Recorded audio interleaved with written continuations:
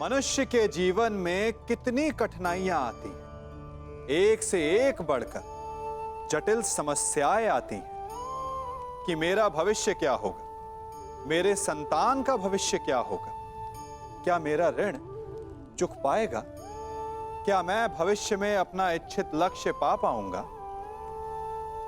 परंतु एक बात बताइए, क्या वास्तव में ये कठिनाइयां, ये समस्याएं इतनी जटिल हैं? क्या इनमें इतनी शक्ति है कि ये आपका मार्ग रोक सके? क्या इनका उत्तर पाना इतना जटिल है? नहीं, तनिक शांत मन से विचारिए।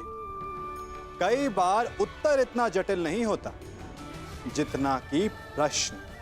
वास्तविकता में आपके मन में जो प्रश्न है वो जटिल है, किंतु उत्तर तो बड़ा सरल है, और वो उत्तर है कर्म। कर्म कीजिए और धीरे धीरे आपके मन में जटिल प्रश्न और आपके मन की जटिलता दोनों ही समाप्त हो जाएगी।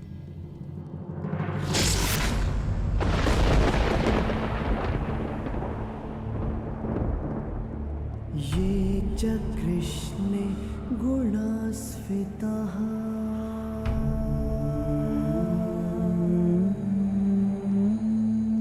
पाण्डवेषु च ये गुणाः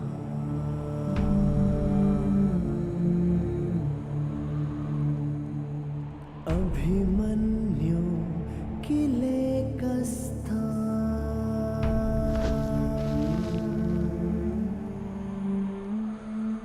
दृश्यन्ते गुणसञ्चयः।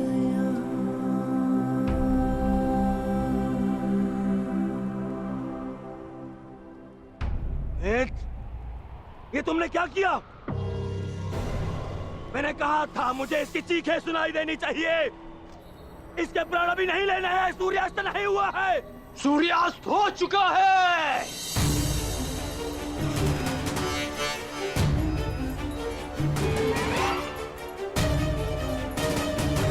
इस कुरुक्षेत्र में धर्म और नीति का सूर्यास्त हो गया है। इस सूर्यास्त के पश्चात आकाश का रंग काला नहीं, रक्त सा लाल होगा।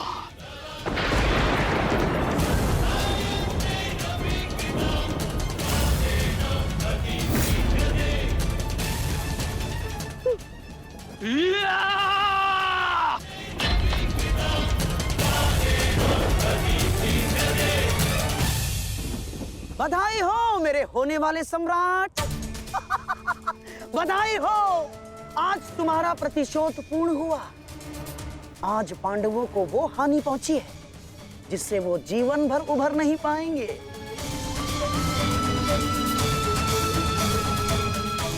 मामा श्री,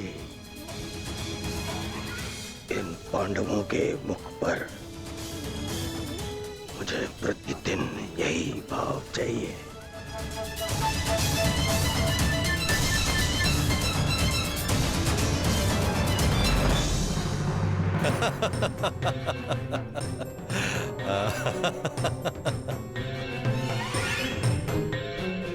मंतव्य पूर्ण हुआ। अब शीघ्रता से गंतव्य की तरफ चलो। चलो।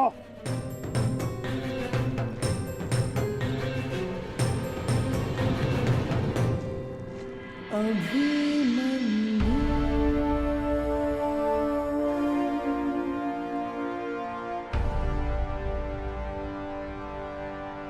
अभिमन्यु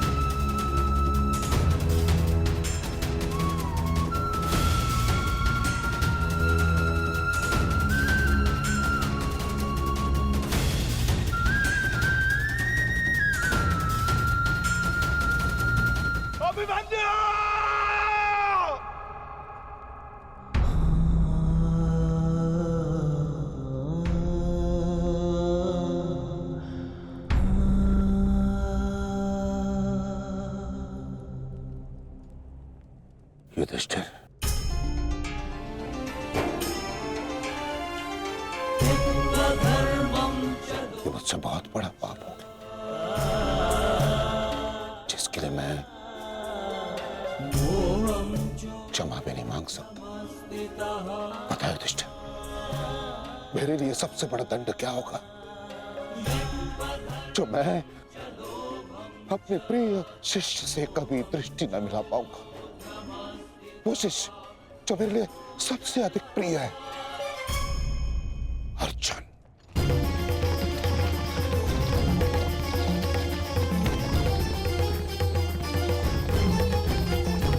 गति बढ़ाइए माता।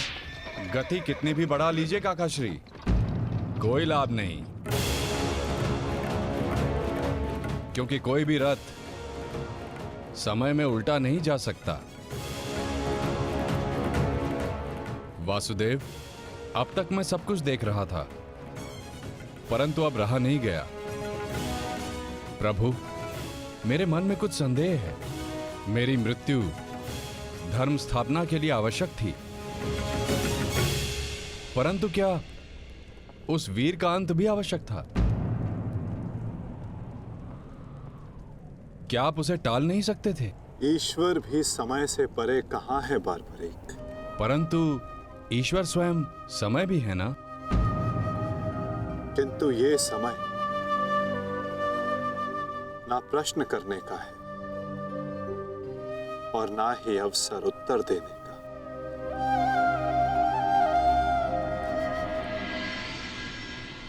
सूर्यास्त हो जाए तो भी विलाप नहीं किया जाता, उसकी आरती की जाती है।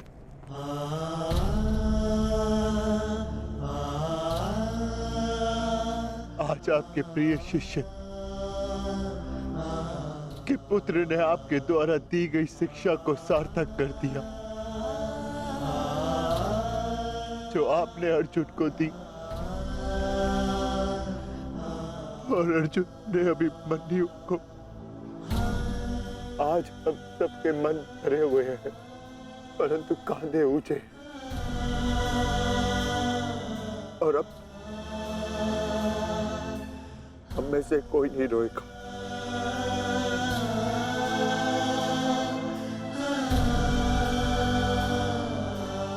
क्योंकि अभिमन्यु की यही अंतिम इच्छा थी। आप मुझसे कुछ छिपा रहे हैं माधव, बताइए मुझे। किस वीर का अंत हुआ? युद्ध बलिदान मांगता है पार्थ, और युद्ध में केवल एक वीर ही वीर गति प्राप्त करता है। नहीं, ये मेरा उत्तर नहीं है माता। मुझे सत्य जानना है। क्या हुआ है युद्ध भूमि में? क्यों आप सुशर्मा के साथ युद्ध में इतने व्यतीत थे? क्यों मेरा मन इतना अशांत है? क्यों मैं भय से इतना कांप रहा हूं? क्या ये सभी संकेत किसी अपने की मृत्यु का भान करा रहे हैं? जब तुम्हें सत्य का भान हो चुका है पार्थ, तो क्यों तुम मुझसे असत्य बुलवाना चाहते हो?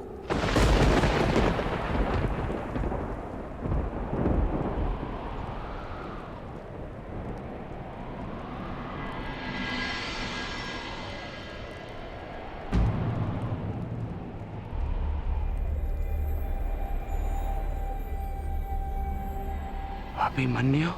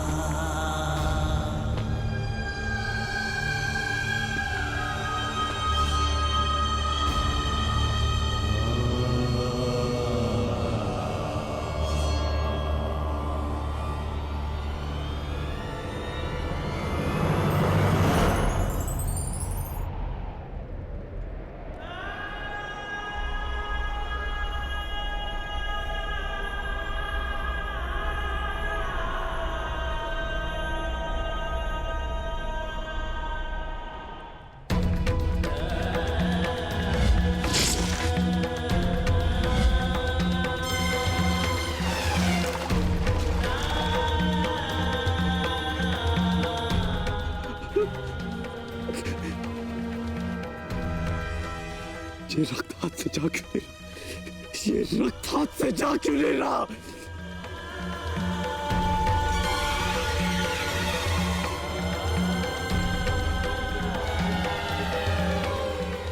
ये रक्त मेरे हाथ से नहीं जा रहा।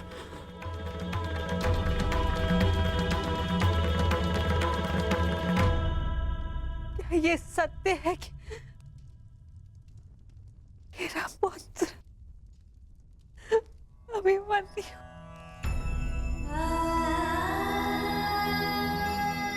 कर्ण, क्या ये सत्य है? आज अभिमन्यु की मृत्यु नहीं हुई है, आज धर्म और करुणा की मृत्यु हुई है। नीति और चेतना ने मौन साधा है। आज इतिहास से ना अभिमन्यु की शौर्य गाथा कभी लुप्त होगी और ना ही कौरवों के माथे से इस पाप का कलंक जाएगा। अभिमन्यु का मृत्यु बाण हम सबके चरित्र को छलनी कर चुका है।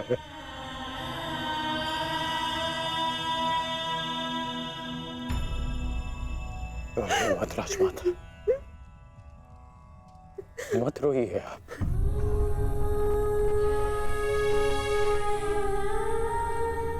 आपके अभिमन्यु के अंतिम समय में उसके मुख पर विजय की मुस्कान थी।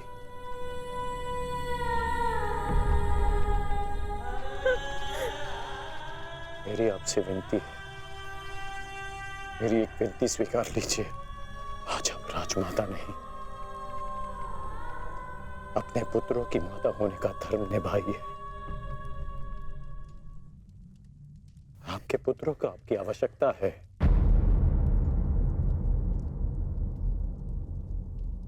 आप पांडवों का विलाप रोकिए और मैं अपने पाप का पश्चाताप करूंगा।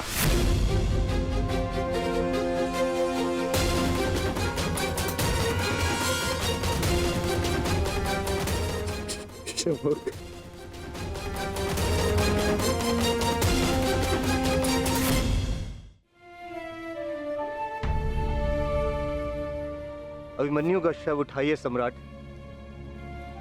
सम्मान सहित उसका अंतिम संस्कार करना है। जिसे कंधे पर बिठाकर हस्तिनापुर के सिंहासन पर बिठाना था, उसे कंधे पर लेटाकर चिता तक कैसे लिया जाएगा?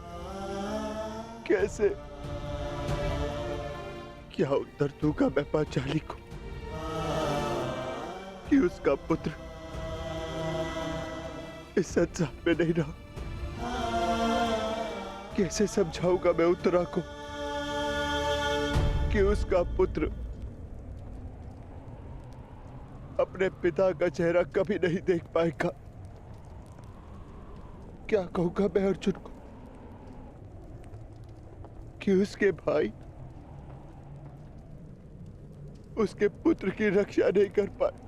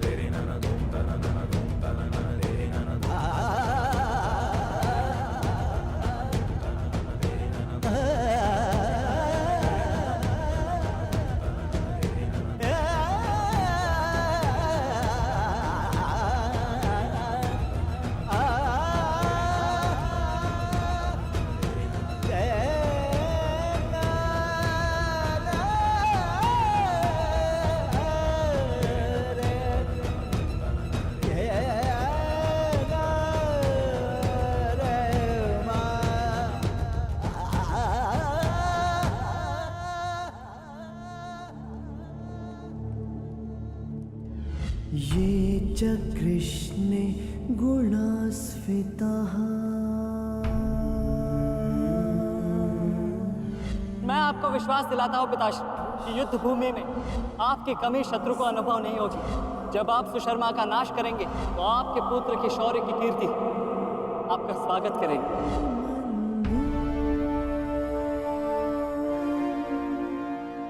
आशीर्वाद दीजिए मामाश्री कि मैं विजयश्री प्राप्त कर लूं। मेरा आशीर्वाद तुम्हारे साथ है पुत्र।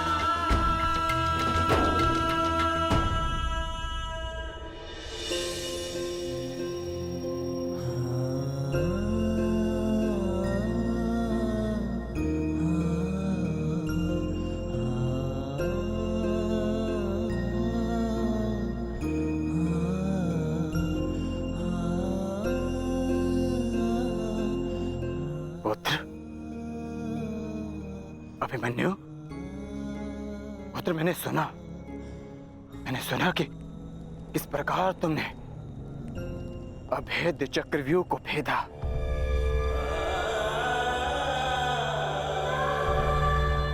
मैंने सुना कि किस प्रकार तुमने दुर्योधन के अहंकार को भेदा।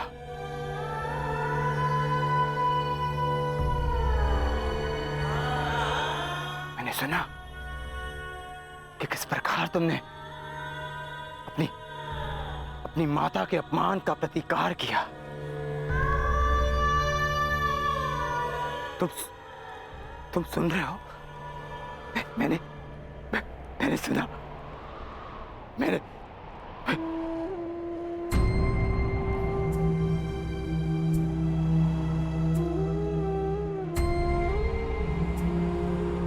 चक्रव्यूह को भेदने की कथा पूरी क्यों नहीं सुनाई?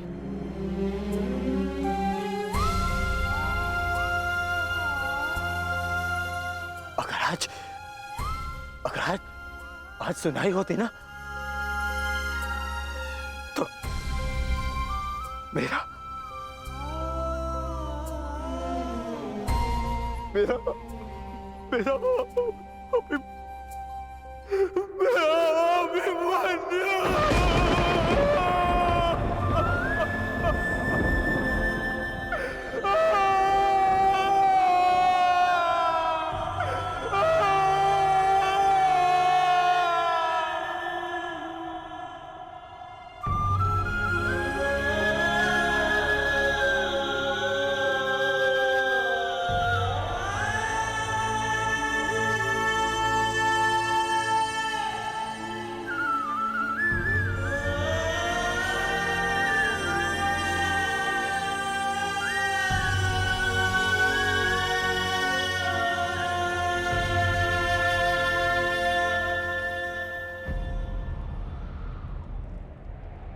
जब एक रोता हुआ पुत्र अपने पिता के समक्ष एक योद्धा बनकर प्रस्तुत होता है तो उसके पिता के लिए बड़े गर्व की बात होती है।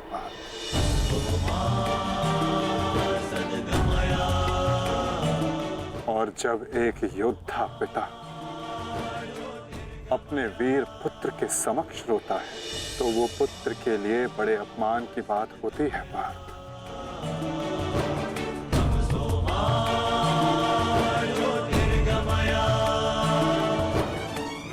और मेरे भांजे अभिमन्यु का अपमान मत करो पार्थ। आज अभिमन्यु जो बन गया है वो कोई योद्धा नहीं बन पाता।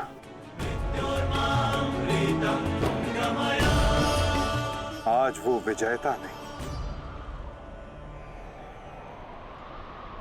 एक महान, एक वीर, शूरवीर योद्धा बना है।